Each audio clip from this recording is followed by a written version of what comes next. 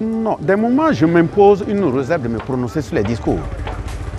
Mais je me donne un œil de regard et d'apprécier à travers les actes, ça veut dire la mise en œuvre de ces discours. Un discours de fermeté, un discours d'engagement, un discours indiquant des orientations. Oui, nous l'avons écouté.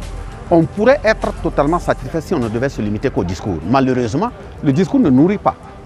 Malheureusement, je ne pose pas mon plat devant moi et puis dire le chef de l'État a parlé, le discours était bon, donc mon plat va se remplir. Malheureusement, les moustiques ne vont pas s'arrêter de me piquer parce qu'un chef d'État a fait un discours.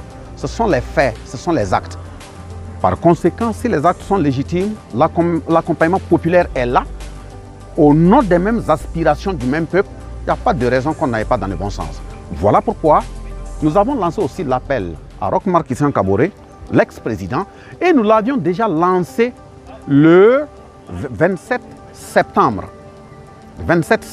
2016 au centre de presse Norvège-Zongo ici, mais aussi précisément le 2 novembre 2014 à la sortie de l'insurrection au même centre ici, en disant que tous ceux qui doivent agir au nom du peuple à travers cette transition, il faut qu'ils fassent en sorte que ce soit le sacrifice, le bénévolat.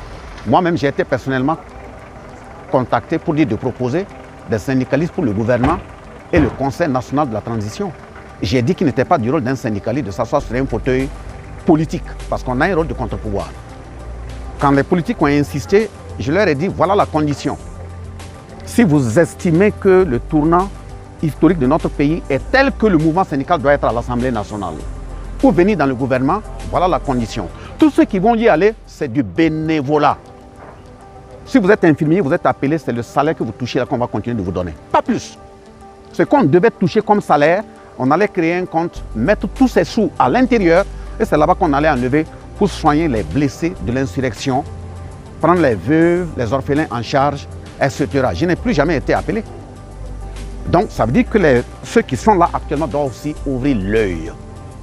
Parce que dans une telle période, les loups aiment beaucoup se mettre dans des pots de bélier. Ils ont intérêt à faire beaucoup attention. De toute façon, le peuple restera vigilant. Et la question de l'intraitabilité devait aller à ce niveau. Nous autres, on a été entraînés pour tirer sur des loups. Un loup qui se met dans un pot de bélier, si on découvre, on va tirer.